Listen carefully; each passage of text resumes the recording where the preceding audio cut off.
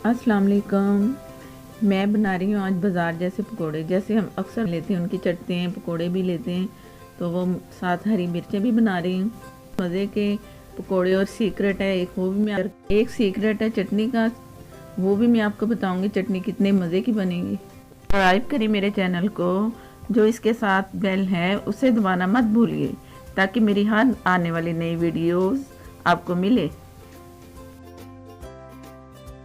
पकौड़ों के लिए मेरे पास 2 कप बेसन है, जो कि मैं इससे पहले 2 से 3 घंटे पानी डाल के सारा लिक्विड बना के रख दूंगी।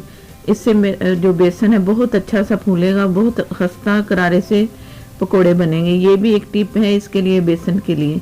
तो इसे मैं सारे को मिक्स करके 3 घंटे पहले रख देती हूँ, ताकि ये अच्छा सा बन जाए।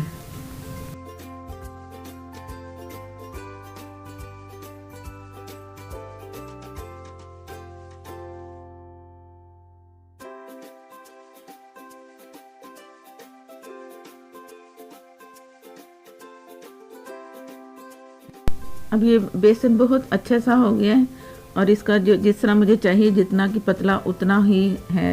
इसकी रनिंग से पता चल रहा है कि ये बहुत अच्छा सा बन गया है। जब इसमें सारी चीज़ें डलेंगी तो और अच्छा हो जाएगा।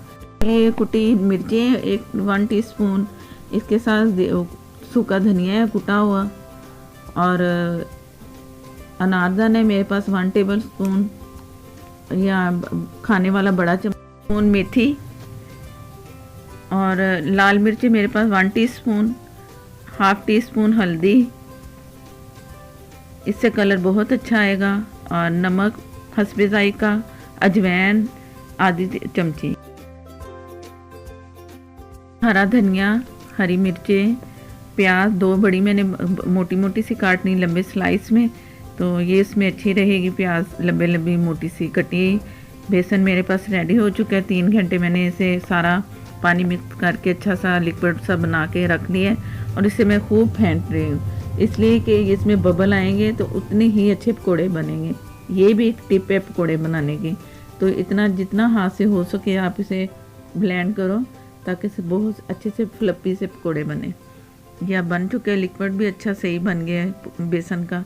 और ये सारा जो मसाले मेरे पास हैं, तमाम मसाले इसमें शामिल हो जाएंगे, तो इसे पकोड़े बनाने के लिए तैयार है। फिर जब सब चीज़ें इसमें मैं मिक्स कर लूँगी।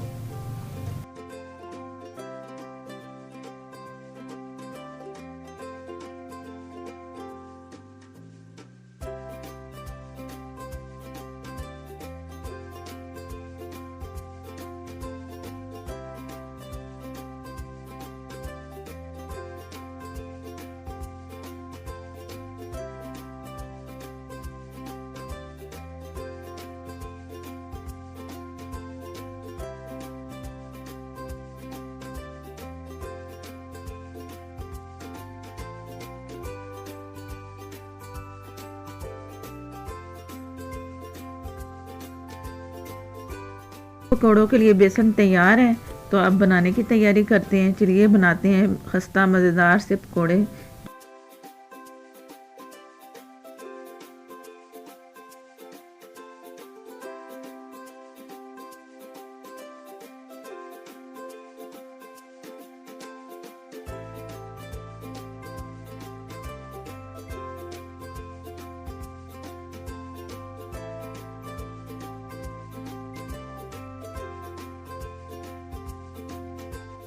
ऑयल मैंने शामिल कर दिया कढ़ाई में।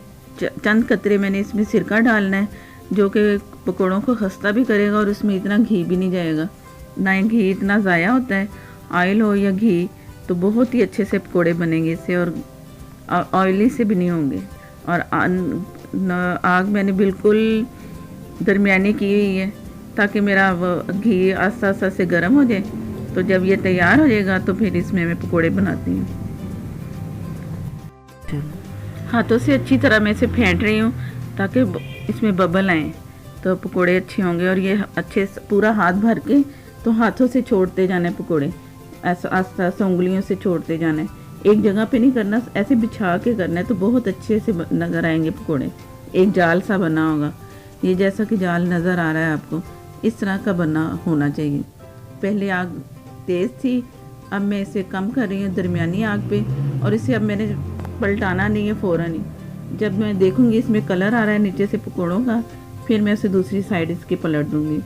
अभी फ़िलहाल ये बंद पक रहे हैं, कोई 5 मिनट में मैं इसे दूसरी साइड में बदलूंगी।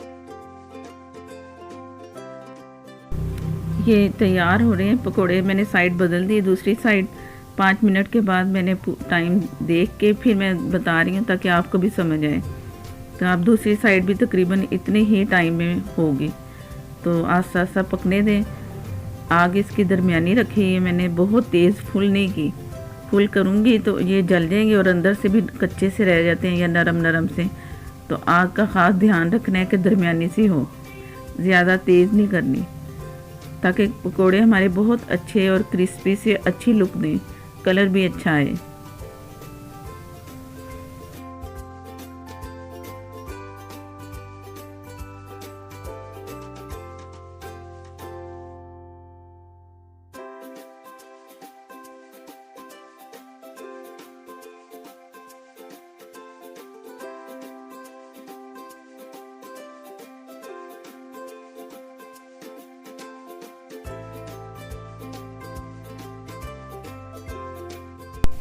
अब अच्छा सा इसका कलर आ चुका है, पकोड़े फ्राई हो चुके हैं। अब मैं इसे निकाल के दूसरे में अब पकोड़े बना रही हूँ आपके सामने। ये निकाल के रख के ऑयल थोड़ा सा गर्म हो जाए तो मैं दोबारा पकोड़े बना के आपको दिखाती हूँ कि मैं कैसे उंगलियों से छोड़ छोड़ के बना रही हूँ।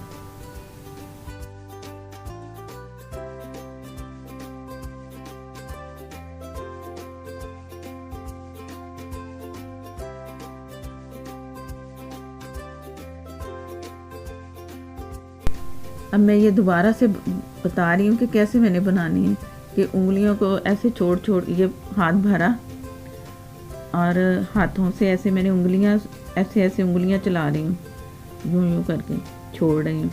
गोल गोल तरीके से नहीं बना रही, जाल बिछा रही हूँ उसका, जहाँ जहाँ खाली जगह नज़र आ रही है। इस तरह से पकौड़ों की लुक बहुत अच्छी आती है और बनते भी बहुत मज़े के। तो इस बात का आप ख्याल रखो तो बहुत बहुत मज़े के पकौड़े बनेंगे।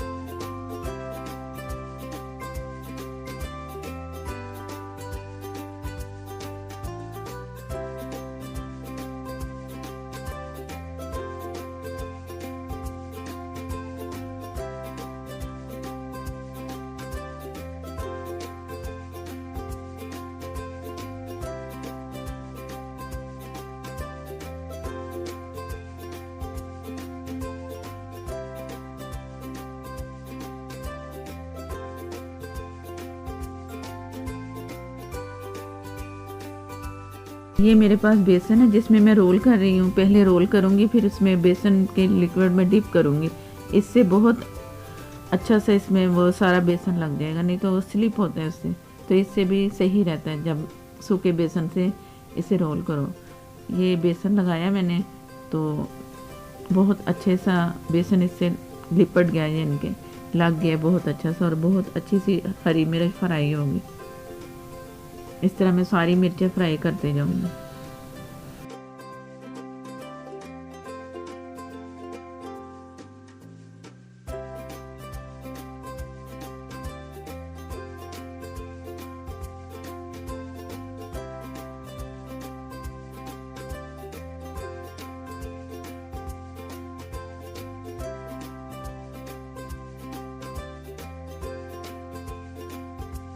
चटनी के लिए खटाई पाउडर है मेरे पास 2 टेबलस्पून, काला नमक है हाफ टी स्पून, कुछ चाट मसाला है ये भी 2 टेबलस्पून, नमक कुछ चाट मसाले में है, कुछ काला नमक में इसमें शामिल कर रही है। पानी बॉयल करके रखा है मैंने, तो उसमें दरमियाना सा मैंने पानी डाला है थोड़ा सा, अगर ज़्यादा है तो कम भी कर सकते हो। तो उसमें मैं मिक्स करके सारा, तो ये चटनी बन जाएगी। इतनी ईजी सी चटनी होगी, और ये पड़े पड़े ज़रा गाढ़ी होगी, पहले पतली सी लगती है। तो बहुत मज़े की चटनी है ये, कि ये चटनी ऊपर पकौड़ों के डाल के सारे चमचों से ऊपर डालो और उसे पकौड़ों को खाओ तो बहुत मज़ा आएगा।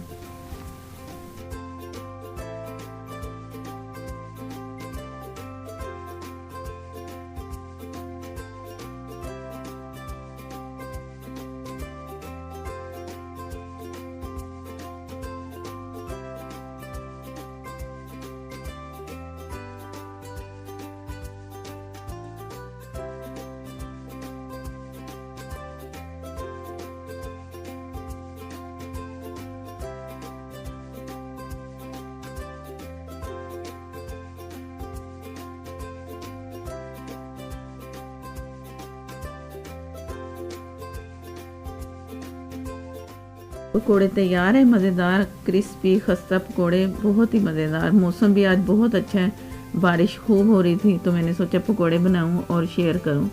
मुझे इजाज़त दें। ये मेरी लास्ट 2 वीडियो आपको नज़र आ रही हैं, इन्हें ज़रूर देखिएगा और मुझे इजाज़त दें। अल्लाह हाफ़िज़।